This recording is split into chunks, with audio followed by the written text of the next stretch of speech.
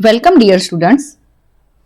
Corporate account में आज मैं स्टार्ट कर रही हूँ यूनिट 3 बैंक अकाउंट्स, जिसका वेटेज है 25%, यानी 14 मार्क्स का सम यूनिवर्सिटी के एग्जाम में होगा।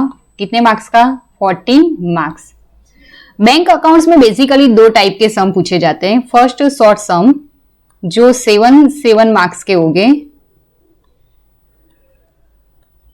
और में सम ऑफ शेड्यूल्स यानी शेड्यूल बना के सम कैलकुलेट करने होंगे, जो 14 मार्क्स का सम यूनिवर्सिटी में होगा।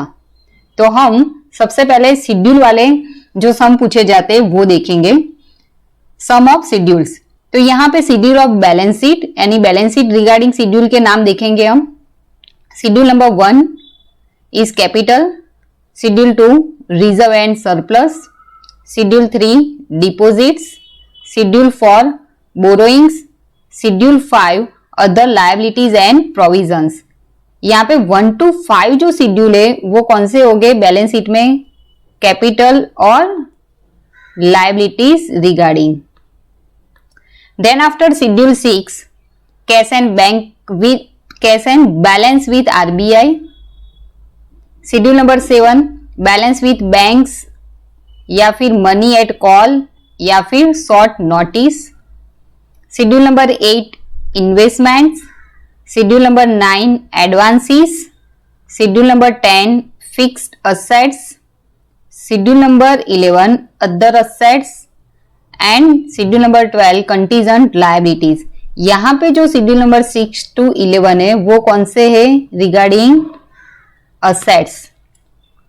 अब आपको यूनिवर्सिटी में 1 to 12 शेड्यूल बना के बैलेंस शीट बनाने वाले जो लॉन्ग फाइनल अकाउंट्स के समय वो पूछे नहीं जाते। अब हम देखेंगे schedule of PNL. PNL regarding 4 schedule है। शेड्यूल नंबर 13 इंटरेस्ट ऑन या interest received, schedule number 14 other income, schedule number 15 interest expended या paid and schedule number 16 operating expenses. अब आपको यूनिवर्सिटी में 14 मार्क्स का जो सम पूछा जाता है वो कौन से रिगार्डिंग है? Schedule of PNL account. Important, यानी 4 शेड्यूल ड्रॉ करने, ये दो जो शेड्यूल है वो कौन से रिगार्डिंग है? इनकम फॉर बैंक, और ये दोनों जो शेड्यूल है वो कौन से है? Expenses regarding. 4 शेड्यूल ड्रॉ करने हैं और उसके बाद पीएनएल एज पर फॉर्म बी बनाना है, जो 14 मार्क्स का सम यूनिवर्सिटी में होगा।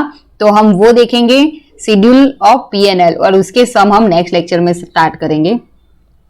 यहाँ पे हम फॉर्मेट देख लेंगे चारों शेड्यूल का। Schedule of PNL account 14 marks का जो सम पूछा जाता है वो चारों शेड्यूल यहाँ पे देख लेंगे हम। आपको घर से चारों शेड्यूल और पीएनएल का फॉर्मेट लर्न करना होगा।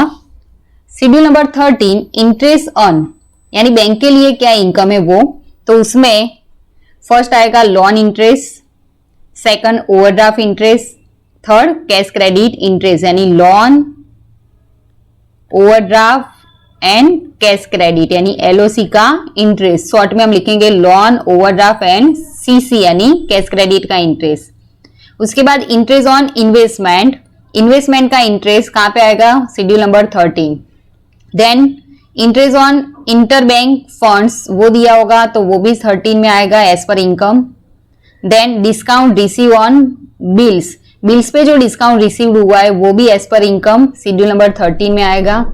Then after rebate on bills discounted, उसकी ओपनिंग बैलेंस दी होगी तो हम यहाँ पे प्लस कर देंगे, और उसकी क्लोजिंग बैलेंस क्या हो जाएगी? Less. Rebate on bills discounted. इतनी इंफॉर्मेशन लिखने के बाद यहाँ पे जो भी आंसर मिलेगा, अमाउंट मिलेगी, वो शेड्यूल 13 का आंसर होगा जो हम पीएनएल में लिखेंगे। क्लियर?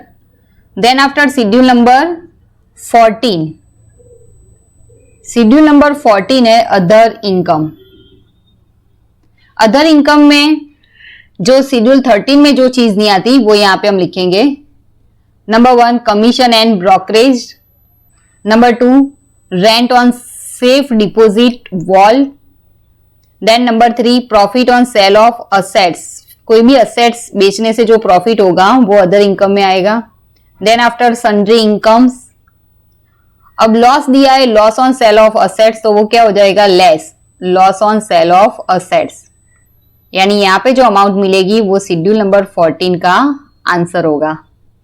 उसके बाद शेड्यूल नंबर 15 इंटरेस्ट एक्सपेंडेड यानी पेड, बैंक के लिए जो एक्सपेंस है वो, तो interest on fix deposit, interest on saving account, interest on current account, interest on inter bank borrowings, यानी कोई भी जो पब्लिक है उसने एफडी करवाई है या सेविंग अकाउंट में जो पैसे है उस पे बैंक को इंटरेस्ट पे करना होता है, तो पब्लिक के लिए इनकम है लेकिन बैंक के लिए क्या है एक्सपेंस, तो वो कहां पे आएगा शेड्यूल नंबर 15 में। Then after schedule number 16 operating expense, operating expense यानी बिजनेस को ऑपरेट करने के लिए जो भी एक्सपेंस है वो सारे एक्सपेंस यहाँ पे आएंगे।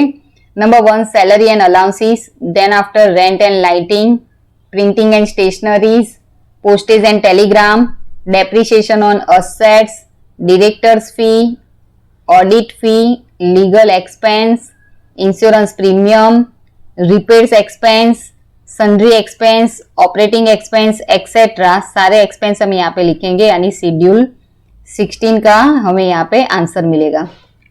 चारों शेड्यूल बनाने के बाद बनाएंगे प्रॉफिट और loss account for the year ending on, हमें ईयर जो दिया होगा वो यहाँ पे लिखेंगे एज पर फॉर्म बी।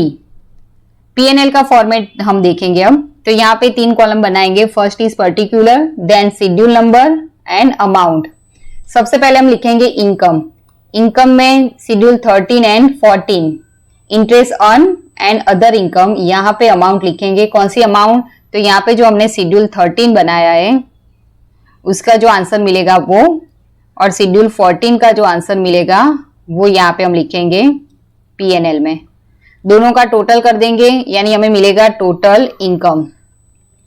उसके बाद एक्सपेंसेस, उसमें शेड्यूल 15 और 16, interest expended as per schedule 15, then operating expense as per schedule 16 and provisions and liabilities as per note 1 जो हमें फाइंड आउट करनी होगी वो अमाउंट हम यहाँ पे लिखेंगे, यानी हमें मिलेगा total expense B. Then after current years net profit A minus B, यानी total income minus total expense, less करने के बाद जो अमाउंट मिलेगी वो लिखेंगे, plus opening balance of PNL account यानी क्रेडिट बैलेंस।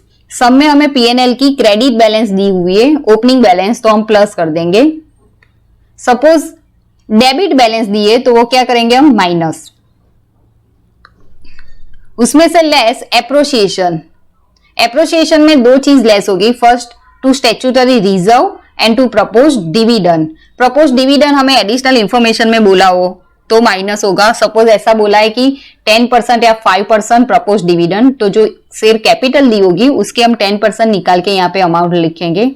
और स्टैट्यूटरी रिजर्व में कुछ भी ना बोला हो तो as per companies law as per the act जो नेट प्रॉफिट यहाँ पे हमें मिलेगा उसके 20% अमाउंट स्टैट्यूटरी रिजर्व में ले जाएंगे हम, यानी ये दोनों चीज लेस करने के बाद जो अमाउंट मिलेगी वो हमारा आंसर होगा। क्लियर। अब यहाँ पे पीएनएल में जो एज पर नोट 1 लिखा है वो कैलकुलेशन हम देख लेंगे। Note 1 provision and contingency. Provision and contingency में 2 आएगी चीज, first provision for bad debts and bad डेब्ट रिजर्व जो सब में अमाउंट दी होगी, second plus provision for taxation जो कई सब में अमाउंट दी होगी और कई सब में फाइंड आउट करनी होगी, तो वहां पे किस तरीके से फाइंड आउट करते हैं तो लिखा है नोट 2, यानी यहाँ पे प्रोविजन फॉर टैक्सेशन की कैलकुलेशन दिखाई हुई है। ये दोनों का टोटल करेंगे यानी हमें मिलेगा प्रोविजन एंड कंटीजेंसी। अब प्रोविजन फॉर टैक्सेशन की कैलकुलेशन, तो यहाँ पे टोटल रिसीप्ट्स यानी शेड्यूल 13 और 14 का टोटल लिखेंगे, लेस टोटल एक्सपेंस यानी शेड्यूल 15 और 16 का टोटल अमाउंट यहाँ से लेस करेंगे, यानी हमें यहाँ पे जो अमाउंट मिलेगी वो लिखेंगे। उसमें से लेस प्रोविजन फॉर बैड डेब्ट एंड बैड डेब्ट रिजर्व, यानी यहाँ पे जो अमाउंट लिखी होगी वो लेस होगी। प्रोविजन फॉर बैड डेब्ट रिजर्व एंड बैड डेब्ट्स, वो लेस करने के बाद हमें मिलेगा प्रॉफिट बिफोर टैक्स। उसमें से टैक्स प्रोविजन हमें सब में दिया होगा 50% टैक्स रेट दिया या 60%, उस हिसाब से हम अमाउंट लेस करेंगे यानी मिलेगा प्रॉफिट आफ्टर टैक्स, यानी यहाँ पे हमें प्रोविजन मिल गई टैक्स प्रोविजन, वो टैक्स प्रोविजन हम यहाँ पे लिखेंगे और ये दोनों का टोटल जो मिलेगा वो क्या होगा, प्रोविजंस एंड कंटीजेंसी, जो यहाँ पे हम दिखाएंगे P&L में as per note 1 provisions and contingency. Clear. Last में एक note, as per the law 20% of the net profit is to be transferred to statutory reserve. Statutory reserve में कितनी अमाउंट ले जाएंगे, 20% of the net profit. Clear. तो यहाँ पे schedule number 13 to 16 और P&L का फॉर्मेट आपको लर्न कर देना है। नेक्स्ट लेक्चर में हम सम देखेंगे। Thank you.